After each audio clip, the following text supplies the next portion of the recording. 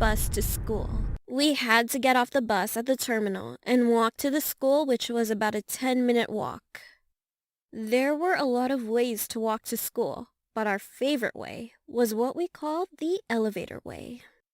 Walk a bit and then go through a 2-floor building, and when you enter the building from the first floor, you can either take the stairs or the elevator. As lazy girls, we always went in the elevator. When we were walking together, we always made fun of people and ourselves, and laughed, sang, and danced. We acted like total idiots. Anyway, we were kind of late that day, because we waited for one of our friends at the bus stop. It was cloudy, but everything was normal until we walked into the building. We were just laughing and waiting for the elevator to arrive on our floor, and got in. But when the door was about to close, we saw a hand stopping the elevator, and to our surprise, there was a guy. He entered the elevator, and all of us just got close to each other. I never look at strangers, 'cause I don't want to look like a weirdo, but my friends do.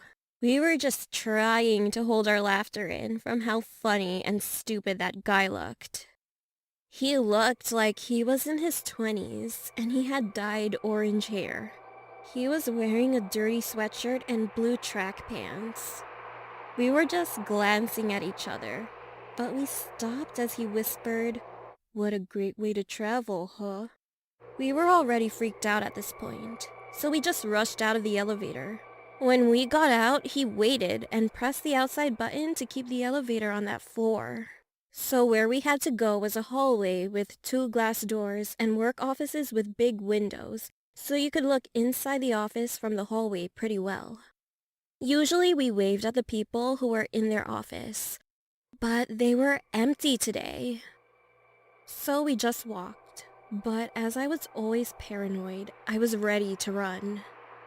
I looked back and saw that man. He was following us, smiling so widely and looking right at me. I started running, but my friends didn't know anything. They just laughed at me.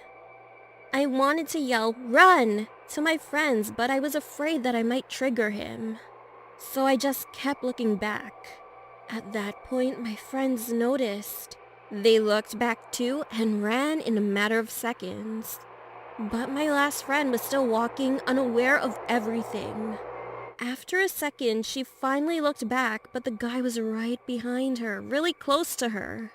My last friend was kind of a chubby type, so she was slow at running. Then he started speeding up. He was smiling like Pennywise the clown. We bumped into the first glass door, and it was quite heavy to push. Then we heard a scream. When I turned around, the man had grabbed my friend's bag and was pulling her from behind.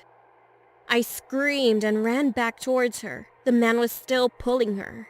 I grabbed her hand and was desperately trying to get her backpack off, but it was stuck in her rain jacket. I saw that there was no point in trying to pull her. I rushed to that guy and tried kicking him, but I tripped and fell. All of a sudden, he ran to me, let go of my friend, and grabbed onto my hair, which was in a long braid. He was pulling my hair, and I was screaming at the top of my lungs. All my friends were running to me and trying to get him off me while he was pulling me with him. One of my friends swung her heavy bag and hit that guy in the face. He screamed and fell hard on his back. We ran out of that damn building, and as soon as we got out, I fell on my knees and burst out crying.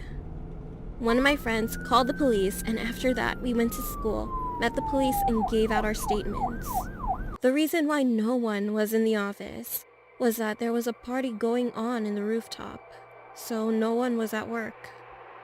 The police never found the guy, but me and my friends saw that guy again from far away entering